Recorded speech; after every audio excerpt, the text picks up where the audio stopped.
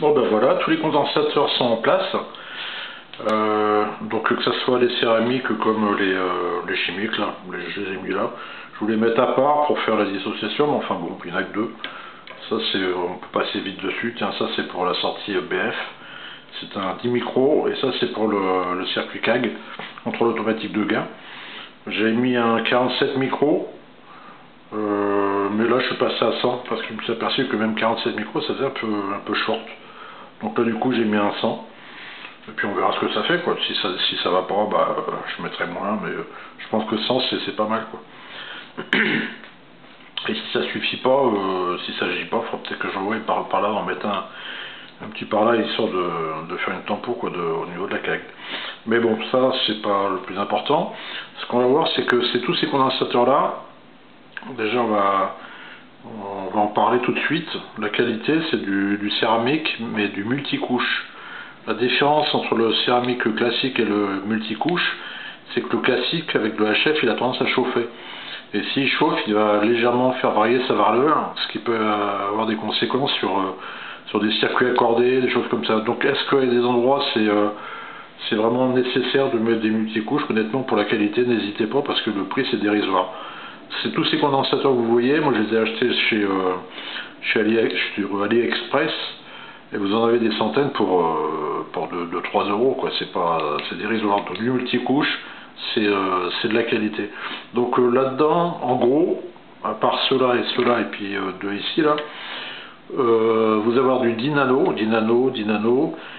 Les 10 nano, c'est en général les liaisons HF. C'est-à-dire que, admettons ici, on a l'entrée VFO. Et là, j'ai un 10 nano là et un 10 nano là. C'est-à-dire que c'est ce qui va permettre de faire comment ça s'appelle, les séparations entre deux étages, comme ici. Là, c'est du 10 nano. Là, on a le NE592, ampli, ce qu'on appelle vidéo, qui va amplifier le signal issu des quartz. Et il va attaquer comment ça s'appelle, le mélangeur. Donc là, il faut faire une séparation, quoi. Donc on met du 10 nano, c'est une valeur qui est assez classique et qui est pas mal, quoi. On pourrait mettre moins, enfin un nano, même si on veut. Le 10 nano, wow, ça fait pas mal. Donc moi, ce que j'essaie de faire, c'est de varier au moins possible les valeurs de capacité, surtout que c'est pas ça porte pas à rien quoi, ça marche quand même. Donc il y a du 10 nano, en gros il y a du 10 nano et du 100 nano. Le 10 nano c'est pour faire les liaisons entre les différents étages et le 100 nano c'est pour faire de la filtration des diverses alimentations. Donc il y en a là 100 nano, ça c'est du 10, ça c'est du 10, ça c'est du 100, ainsi de suite. Bon bah c'est pas, il n'y a rien de bien compliqué, il suffit de toute façon de regarder le PDF que je vous ai fourni. Vous avez les valeurs des condensateurs, vous verrez qu'il y a beaucoup de 10 nano, beaucoup de 100 nano, mais après le reste, il n'y a pas grand chose. Ici vous avez 6 condensateurs, ça par contre c'est pour le filtre à quartz. Donc pour rappel c'est du 100 picofarad, 200 picofarad et 100 picofarad. Ici pareil, 100 picofarad, 200 picofarad, 100 picofarad, pardon. Ici au niveau de l'oscillateur VXO, bah, c'est pareil, on va retrouver du 100 nano et du 10 nano. Là c'est du 100, 100, 10 de mémoire, de 10. Voilà, 10, là du 10, on injecte le circuit en émission et réception. Et puis là on va avoir du 100 pif, 100 picofarad. Quand je dis pif, c'est une habitude que j'ai pris depuis les années 70. J'ai un ami qui était électronicien, et lui pif c'est PF, donc c'est pif presque en anglais. Et donc pif, quand je dis pif, c'est picofarad. Comme ça, il n'y aura pas de... Je vous le dis tout de suite parce que j'ai tendance à dire pif. Donc 100 picofarad, 100 picofarad. Et celui-là, de souvenir, on peut faire varier sa valeur jusqu'à 1 nano. Je m'en suis aperçu parce que souvent sur les oscillateurs Colpit, on met des 100 pif et des 100 pif. Et c'est assez classique. Et c'est des valeurs standards, ça fait fonctionner les quartz correctement. Mais je me suis aperçu qu'il y a un petit début comment ça s'appelle, d'harmonique de fréquence. Alors ça gêne pas parce qu'on a des filtres à quartz à 10 mégas, mais on a un tout petit bout de truc à 20 mégas, mais ça gêne en rien quoi. Mais pour les puristes, ça on peut le remplacer puis mettre une valeur un peu plus élevée. C'est ce qu'on rencontre sur les schémas d'ETRX des années 80. Quoi. Il y a une valeur, je ne sais plus laquelle, pas du 100 pif ici, et celui-là il est à 1000 pif, quoi, 1 nano. Mais bon, comme ça, même on peut laisser ça, ça fonctionne très bien. Qu'est-ce que je veux dire d'autre? Donc voilà, bah, tout le monde est en place. Ah, un petit point important, j'allais oublier, ça c'est important, c'est ça, ici. C'est à côté de la broche 12 volts émission. Ici, c'est une connexion de masse entre les deux, comment ça s'appelle, les deux surfaces, tout simplement parce que, je vais vous montrer, j'avais pas la place, je pouvais pas faire une jonction entre ça et ça, parce que vu que j'ai une ligne d'alimentation ici.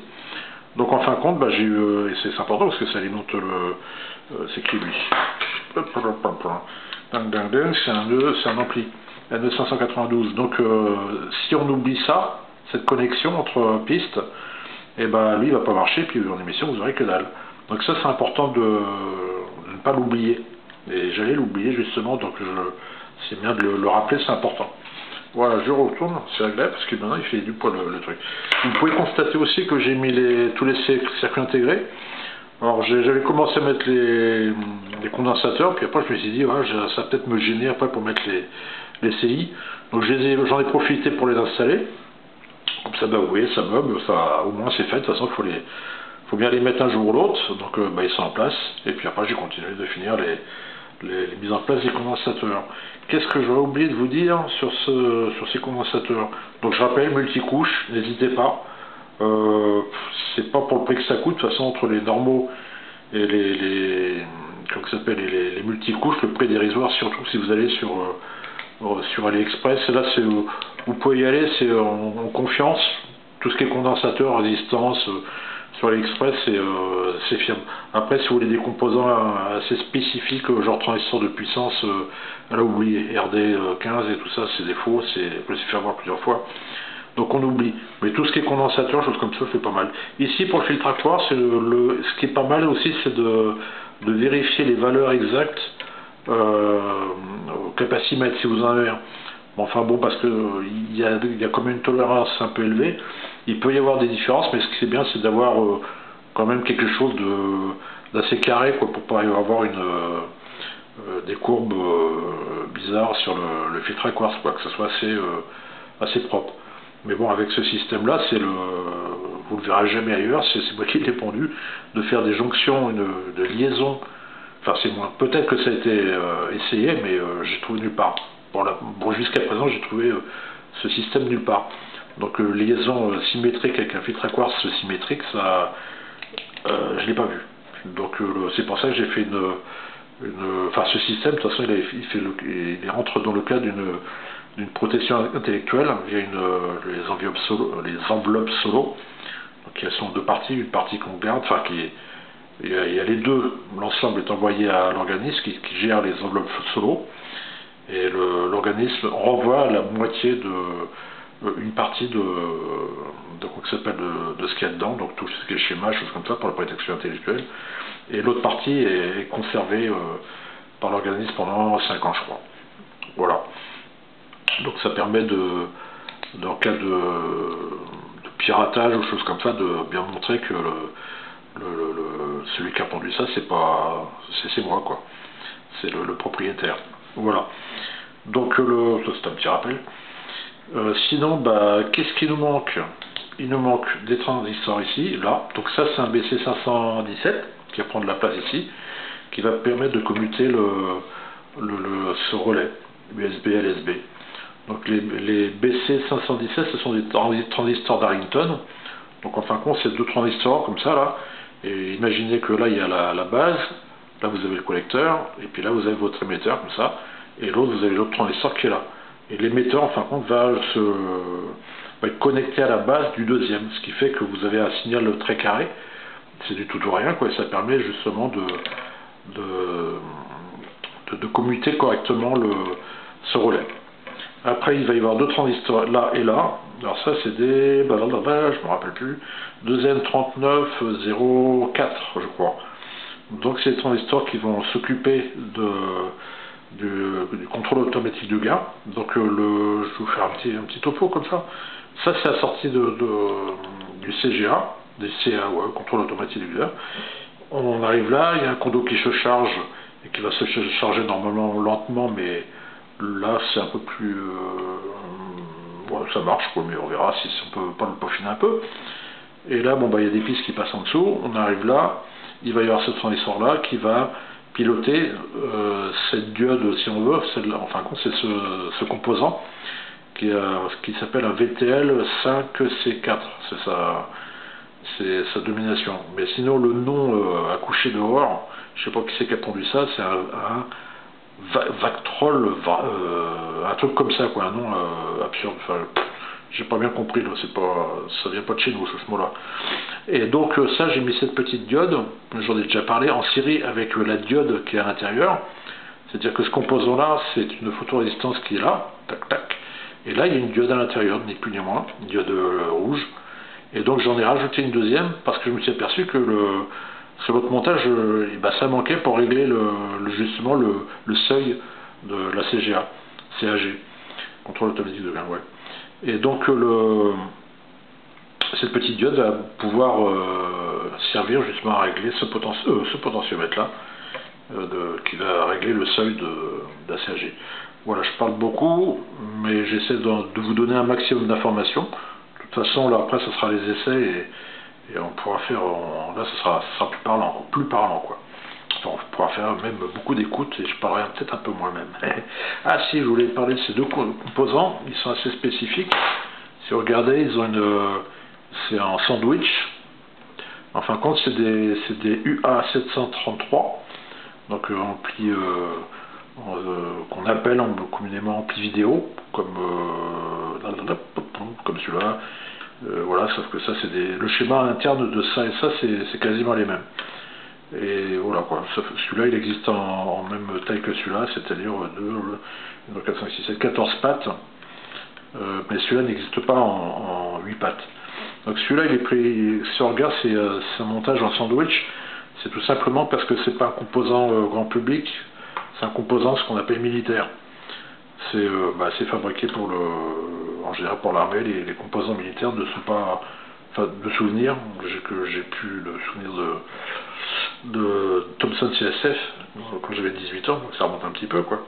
On avait des composants assez spécifiques comme ça, quoi. Il n'y avait pas très rarement des trucs plastiques, quoi, que je me souvienne. Donc ça, c'est pas qualité militaire, c'est vraiment des cercles intégrés militaires, qu'on trouve ni plus ni moins dans le commerce, tout simplement parce qu'ils sont considérés obsolètes par l'armée, et c'est vrai que ces composants ils datent des années 70 quand même. Donc ils sont toujours fabriqués, c'est qu'ils servent encore. Voilà, donc c'est pas mal pour le moment. Je vais continuer, je vais même terminer le montage. Ça sera la dernière partie, la dernière vidéo, je pense, pour le montage. Et après, ça sera vraiment, on arrivera dans vraiment du très concret, c'est-à-dire que ce sera la mise sous tension et les essais. Les essais où normalement ça doit marcher du premier coup. Ça, celui que j'ai fait l'autre, il a marché du premier coup, je vois pas pourquoi ça marcherait pas du premier coup. Ça peut arriver à remarquer parce qu'il peut y avoir de la résine entre les connexions, je me suis déjà fait avoir avec ça, mais pas de la résine normale, hein, la résine qui est fondue, qui est transparente, ça gêne pas, ça, comme vous voyez ici, c'est pas gênant. Ce qui est gênant, c'est quand la résine elle est charbonnée, elle est noire, et quand il y a ça entre les pastilles, enfin quoi, ça fait des courts-circuits, on cherche les pannes longtemps, très longtemps.